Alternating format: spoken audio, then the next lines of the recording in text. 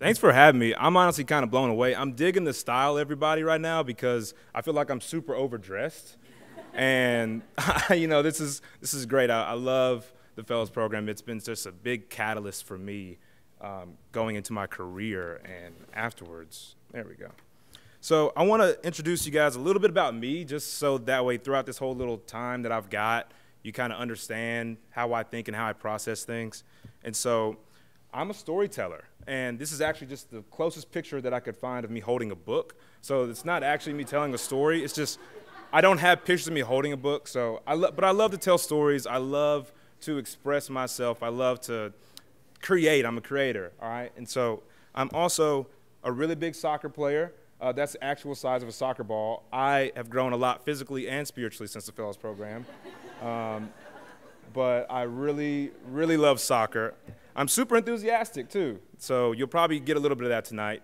And I think space is really cool. I know that, I think it's really random, but if you notice throughout the PowerPoint, you'll see little things, like little orbs, right? Those are meant to be representation of planets and shooting stars. And that's also the extent of my space knowledge, so do not ask me anything about space, all right?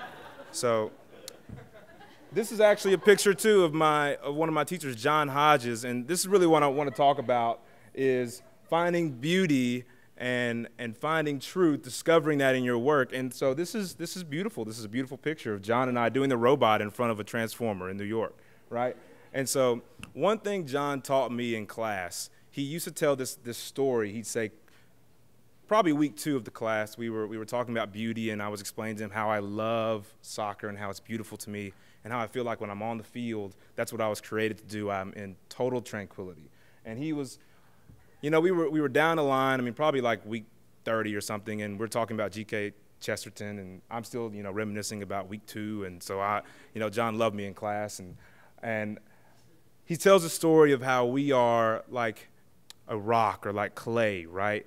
And God sees us, but he doesn't just see the clay. He actually sees something far beyond the clay. He sees like a lion. And so throughout our life, he's just getting the clay. He puts it on a little spinny wheel. He's spinning it. He's throwing water on it, right? And he's molding us. He's shaping us. And he's creating this really beautiful masterpiece, right? And so that's what I was like, man, this is fantastic. So I take this, and I wanted to implement it directly into my work. So in Fellows, my first job, my main job was doing PR and marketing for a urban organization called MAM, but I also did coaching at Westminster Academy. So I was a head soccer coach there for 5 years. And so I want to tell you this quick story. When my first year I was in college, my senior year, my first year coaching was the same time. I didn't really know what I was doing. I was just kind of out there coaching and hoping that it worked well, right? And so, but my next year was the Fellows year, and John had told me this great story about the rock and the stone and everything, and so I'm geared up. So I figured out exactly how I'm going to implement this into work. So we had a soccer field next to our school, but we had never had home games. So we've had seniors coming through, talented players, never having home games. We had a really beat-up soccer complex next to our school. So I took the boys out there one day, and this was after hearing from John. I said, guys, this is going to be our home field. This is where we're going to play. I hope you're excited. And they're like, Coach, there's glass in the they don't even have goals. Like, things are broken. Like, there's holes. And so, like, guys, don't worry. We're going to fix it. So throughout the whole year leading up to our first game, we would go out to the field.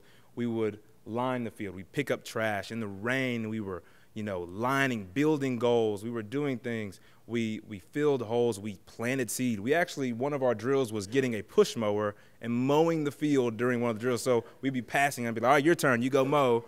And then we're over here kicking and we're mowing. It's great. And so I was there for 5 years, and I'm not there anymore. But till this day, as you can see, that field is green, and we've created memories, right? We've never lost a home game.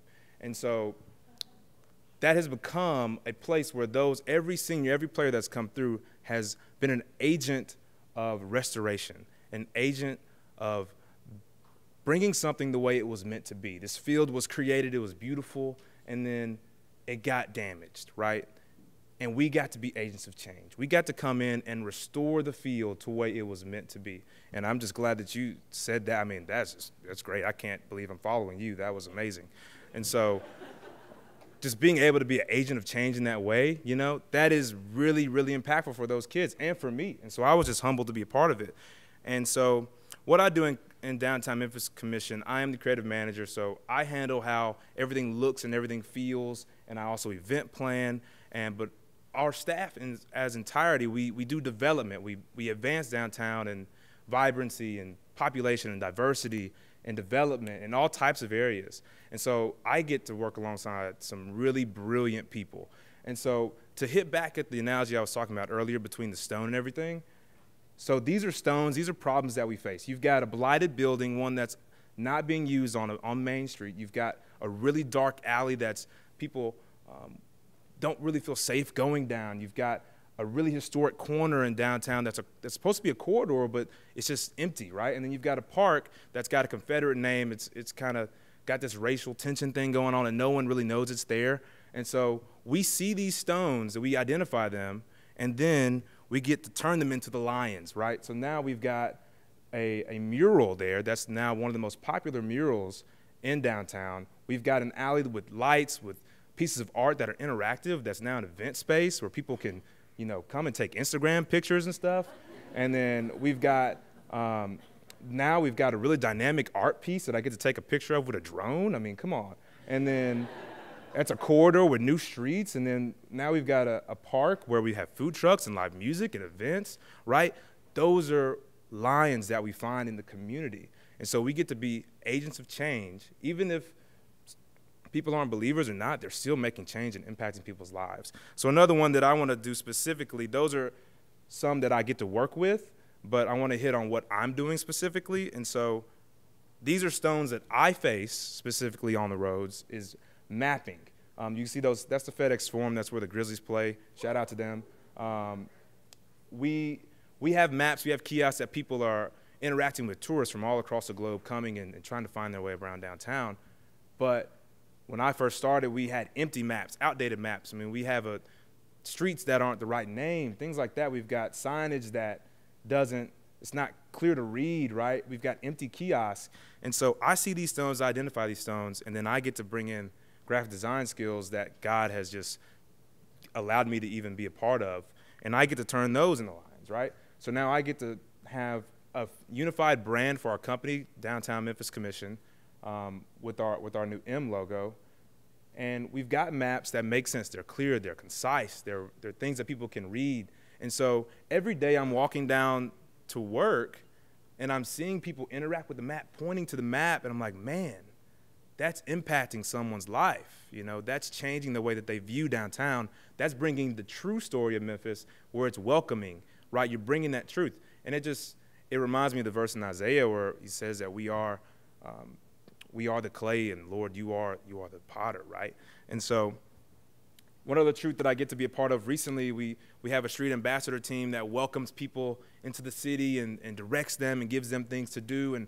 And so we hired 13 new full-time positions. So that alone is impacting 13 lives, right, and 13 families. And then I get to brand these guys and like put on their uniforms and like pick out the bikes and stuff. And so that's like pretty cool. And I get to design the logos for them and take the photos and send it out to press. And so people are seeing this, they're like, man, downtown is really making a difference. And so my role in that is just getting to be, like I said, an agent of change, an agent of redemption. And I like saying the word agent because we all like James Bond. And, you know, I would love to be an agent, you know, so that'd be great.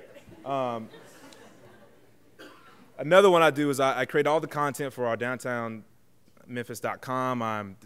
I create so much. And the reason I put in the long hours is because I get to tell downtown's story. So like I said, storytelling and telling what's happening, telling people about events. Oh man, it's so fun. And so I manage our website. I create events from scratch. So that alleyway, where we have alley parties. So I get to see something that is literally not there and say, let's create an event there, and boom, there's there. So that is something that I get to just somehow get a small little taste of God creating space, right? Him just coming in and saying, there's nothing here, boom, stars, right? And then I also get to design pieces like the one on the bottom right there that are that's like data, right? I don't know anything about numbers, but I get to at least do it visually. So that's pretty cool. Getting to show people what's happening in downtown through data. So it's really fun, and I want to leave you guys with something that you might be asking yourself now. You're about to go into work like full time, or maybe you love your job, maybe you don't, I don't know. I mean, you all have these specific kind of situations, but you're trying to figure out, where's the beauty in my work? Like, I'm filing stuff. Where's the truth in my work? Well, I'll tell you, the beauty and the truth, it's in his work, because the work you're doing is his work, right? So no matter what task you're doing, there's beauty in that, right? There's truth in that, because you get to do it well, and by you doing it well, you're representing Christ, you're representing God, right? It's in the impact of your work. If you file those files really well and make your boss's job easier, you have done well, right? You have made an impact. You have been an agent of change, even in a smaller capacity. And as you continue, that will grow. It's in your work. And I also love Space because I saw a museum thing where Liam Neeson was like narrating, right? And he's doing this stuff. So in your skills, you have been given a particularly good set of skills, right? You know, that movie that you have and that you can utilize. He has molded you into this lion that is just ready to be presented to the world. So it's in the story. All of your stories are part of his story. It's part of the greater story. So there's no reason to hold back. Plant your seeds in your life where you're really interested in things. Water those seeds, invest, and be a part of God's story continuously throughout your career. And so I just want to say thank you very much for letting me come up here, and go Memphis.